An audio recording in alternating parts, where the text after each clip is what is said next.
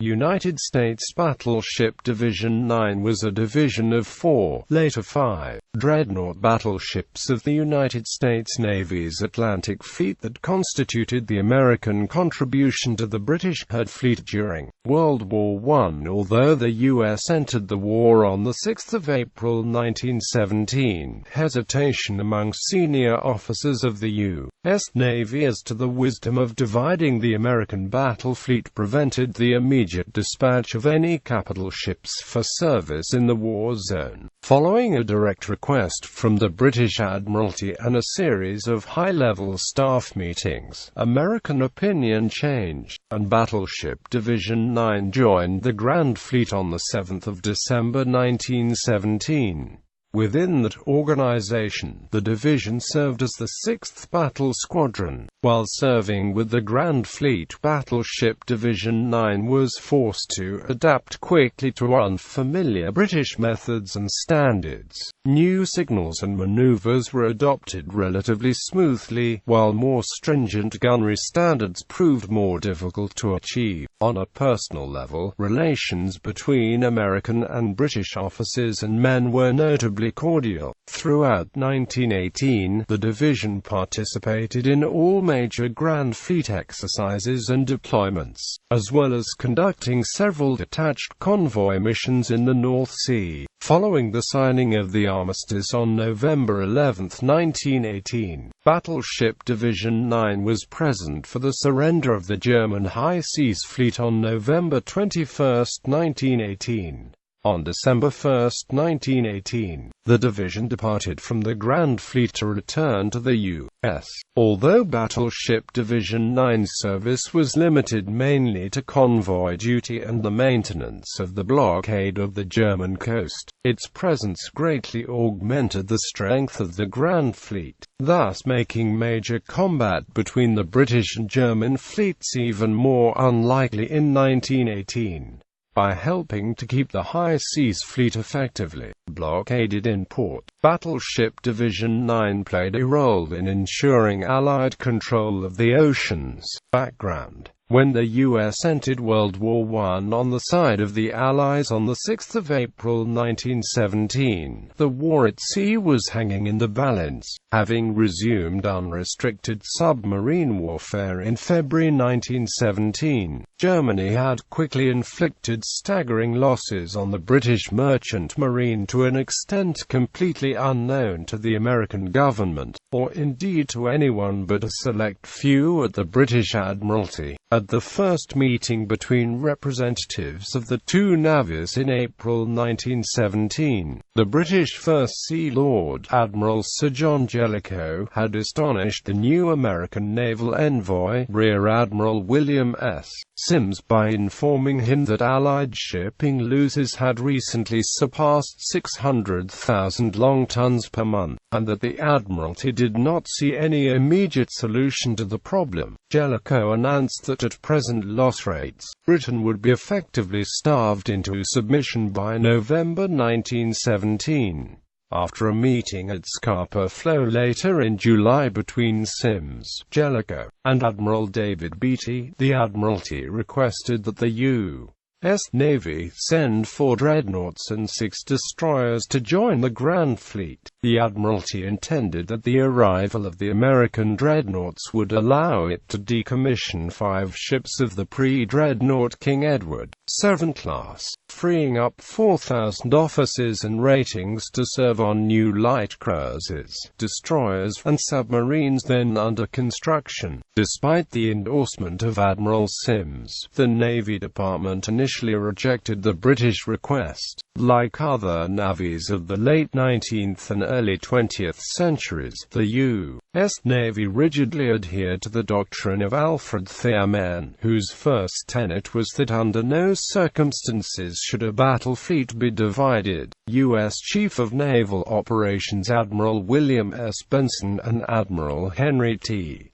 Mayo, commander of the U.S. Atlantic Fleet, were particularly worried that if Britain fell, as developments at sea suggested it might, the U.S. Navy would be left to face the German High Seas Fleet completely on its own. Having already released precious destroyers for convoy duty, they were unwilling to further weaken the ability of the U.S. to defend itself through the scattering of the all-important battle fleet. Furthermore, Admiral Benson was uneasy about the prospect, ever present in the early 20th century, of a second war breaking out with Japan. For the moment, the U.S. Navy would send destroyers to Europe, but no battleships. A series of high-level meetings in London, beginning with Admiral Mayo's visit in August 1917 and culminating in a naval mission led by Admiral Benson in November, proved decisive in changing the viewpoint of the Navy Department. Despite Admiral Sims's frequent warnings of the severity of British losses to the U-boat campaign, it was not until both men had seen things with their own eyes that they truly understood the direness of the situation. On the 10th of November 1917, Admiral Benson cabled Secretary of the Navy Josephus Daniels,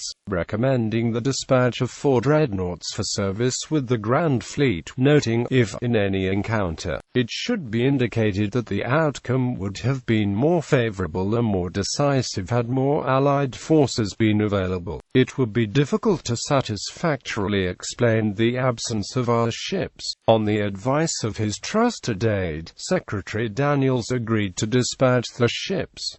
The question now came down to which battleships to send. The Admiralty requested that the Americans send coal-burning dreadnoughts, as due to the submarine blockade, the British were extremely short of the oil needed to fuel the latest classes of American dreadnoughts, the oil-burning Nevada-class and Pennsylvania-class ships. As a result, Secretary Daniels decided to send Battleship Division 9, made up of the coal-burners New York, Wyoming, Florida, and Delaware. Though they were not the newest American ships, they were still formidable. Each was capable of a 21 knots maximum speed and armed with 10 or 12 14 in or 12-in guns. Furthermore, they were commanded by an experienced and highly capable officer in Rear Admiral Hugh Rodman, a 37-year veteran who had been commended for valor at the Battle of Manila Bay, and was known both as an expert seaman and an extremely affable man. Both of these characteristics would serve him in good stead in his new role as Joint Admiral and diplomat. After nearly 5 months of hesitation, the departure of the division was finally set for the last week of November.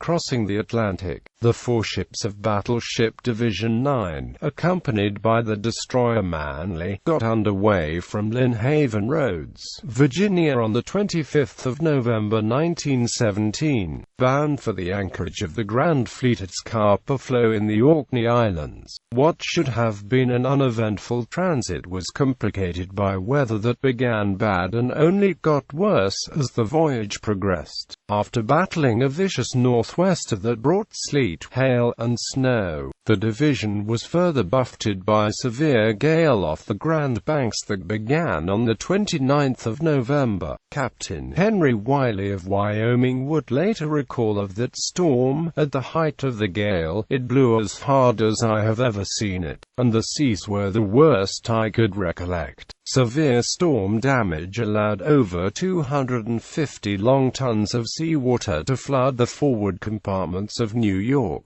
lowering her bow to the point where she was in danger of foundering in the heavy seas. 3 days of continuous bailing were required to help keep her afloat. To make matters worse, the high winds, reportedly gusting to 100 miles per hour, carried away the topmasts on all 4 battleships, rendering radio communication impossible. The sheer force of the gale drove Delaware, Florida, and Manly off station in the night of the 30th of November, though Florida eventually rejoined the flagship when the storm blew itself out. Delaware sailed on alone to the scheduled rendezvous with the British light cruiser Caroline off Cape Wrath, Scotland, where the division would reassemble in the early hours of the 7th of December. Manly, short of fuel after her fight with the sea, could not rejoin the rest of the force and proceeded directly to her ultimate destination, the naval base at Queenstown, Ireland. Battleship Division 9 steamed into the anchorage of the Grand Fleet later that day to the tremendous cheering of the men on the assembled British warships.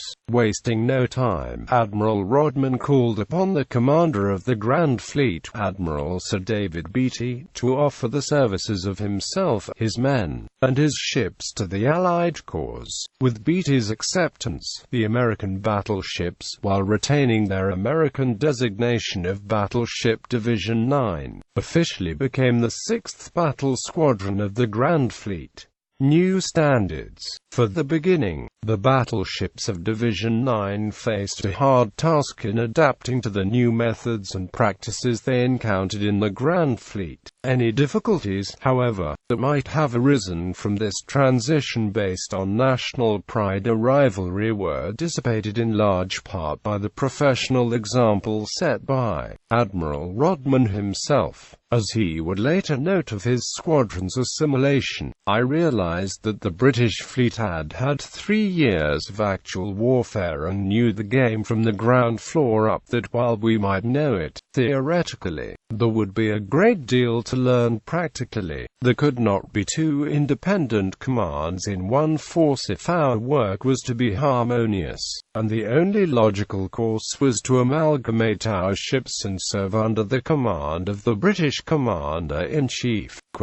This cooperative attitude trickled down through the division, and elicited the admiration and appreciation of the British. The first task facing the Americans was the adoption of an entirely new set of signals, radio codes, and cipher methods. Although the Americans had studied the general British code while crossing the Atlantic, it was some time before they could use it with anything like the proficiency of other ships in the Grand Fleet. To help in the transition, signal men and radio operators from the Royal Navy were posted to the American battleships to aid the U.S.Navy counterparts. Though learning an entirely new system of signals was, as Admiral Rodman put it, almost the same as if in reading we had substituted a new set of letters. Within 3 days of their arrival, the ships of Battleship Division 9 were able to take part in fleet maneuvers in the North Sea with no apparent difficulty. Less successful at first were the efforts of the American battleships to match the British counterparts in excellence of gunnery, having provided numerous veteran gun crews to serve aboard armed merchantmen in the previous months. The gunnery complements of Division 9 were badly depleted and filled with inexperienced officers and recent recruits. The inevitable effect of this loss of talent became apparent when, on December 17,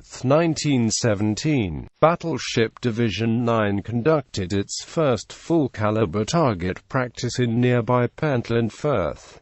The results were relatively poor, where British battleships by the end of 1917 generally managed a rate of fire per salvo of 40 seconds or less, and an average spread of 300 to 500 yards. The 4 ships of the American squadron proved both slow and inaccurate. The rate of fire of Delaware was 108 seconds, and Wyoming and Florida's average spreads were 956 and 1,131 yards, respectively. Only the flagship New York managed to match British practice in both categories. In Admiral Beatty's words, the results were distinctly poor and disappointing, and led him to the initial conclusion that he could not consider the American division the equivalent of a British one. The Americans worked to catch up, however, and with every target practice registered improved results. By the end of June 1918, Admiral Rodman was able to report that the firing was exceptionally fine, most encouraging and much better than we have ever done previously.